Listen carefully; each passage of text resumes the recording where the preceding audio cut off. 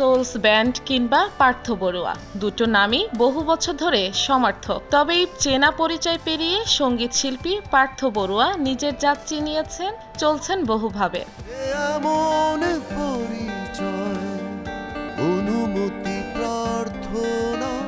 পার্থ বড়ুয়া 1966 সালের 5 আগস্ট চট্টগ্রামে জন্মগ্রহণ করেন। ছোটবেলা থেকেই সঙ্গীতের প্রতি তার গভীর আগ্রহ ছিল। পারিবারিক পরিমণ্ডলে সঙ্গীতের ছোঁয়া তার সঙ্গীতের প্রতি আগ্রহ তৈরি করতে সহায়তা করেছে। বিশ্ববিদ্যালয়ে অধ্যয়নরত অবস্থায় তিনি প্রত্যক্ষভাবে গ্রুপ থিয়েটারের সঙ্গে জড়িত ছিলেন। পরে তিনি একটি স্থানীয় ব্যান্ড মেসেজে এর সদস্য হন এবং গিটার ও কিবোর্ড বাজানো শিখতে শুরু করেন এবং পরবর্তী সময়ে সোলস ব্যান্ডের সদস্য হন। পার্থ বড়ুয়া বাংলাদেশি ব্যান্ড সঙ্গীতের এক উজ্জ্বল নক্ষত্র। স্বাধীনতার ঠিক পরের বছর 1972 সালে প্রতিষ্ঠিত হওয়া বাংলাদেশের অন্যতম পুরনো একটি জনপ্রিয় পপ মিউজিক ব্যান্ড সোলসের বর্তমান লাইন আপের একজন সুযোগ্য ভোকালিস্ট। এছাড়াও তিনি একাধারে একজন গিটারিস্ট, একজন জনপ্রিয় টিভি অভিনেতা।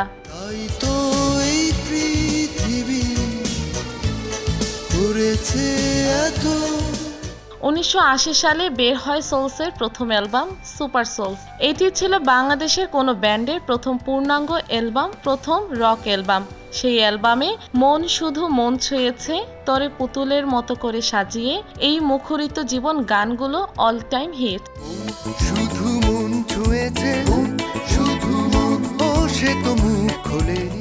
সোলসের দ্বিতীয় অ্যালবাম কলেজের করিডোরে বের হয় 1982 সালে। অ্যালবামের কলেজের করিডোরে, ফরেস্ট হিলের এক দুপুরে, ফুটবল ফুটবল গানগুলো তখন বেশ জনপ্রিয়তা পেয়েছিল বলে জানা যায়। 1987 সালে মানুষ মাটির কাছাকাছি নামে ব্যান্ডের তৃতীয় অ্যালবাম বের হয়। এই অ্যালবামে আয়ুব বাচ্চু প্রথম কোনো গানে কণ্ঠ দিয়েছিলেন। গানের শিরোনাম ছিল হারানো বিকেলে গল্প বলি।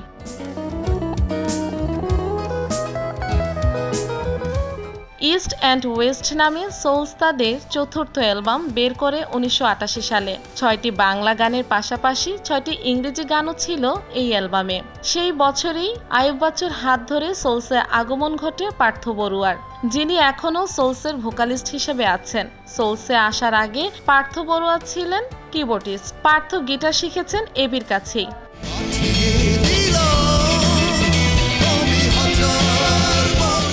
পার্থ বড়ুয়া 1989 সালে সোলস ব্যান্ডের সঙ্গে তার প্রথম সঙ্গীত অ্যালবাম প্রকাশের মাধ্যমে নিজের গানের কেরিয়ার শুরু করেছিলেন। 1992 সালে ব্যান্ডের 20 বছর পূর্তিতে বের হয় তাদের পঞ্চম স্টুডিও অ্যালবাম এমন পরিচয়।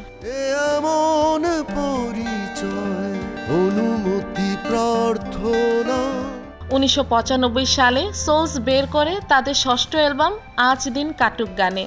এই অ্যালবামের কেন এই নিঃসঙ্গতা গানটি সোলসের সবচেয়ে জনপ্রিয় গান বলা যায়। এই অ্যালবাম দিয়ে পার্থ শ্রোতাদের মন জয় করে নিয়েছিলেন।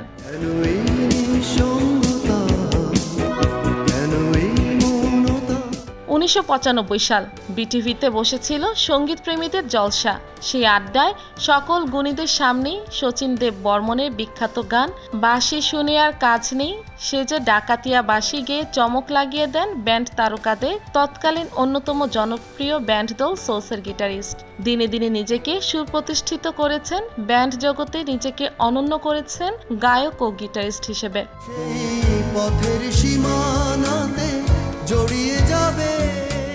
1997 সালে সোলসের সপ্তম অ্যালবাম অসময়ের গান রিলিজ হয়েছিল।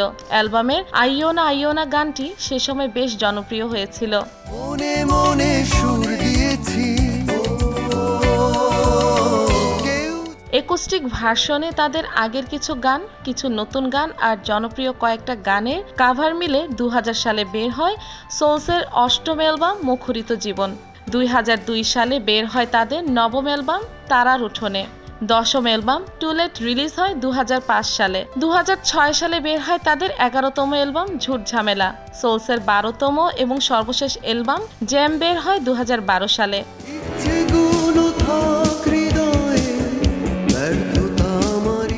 গানের পাশাপাশি অভিনয়েও দেখা গিয়েছে পার্থ বড়ুয়াকে।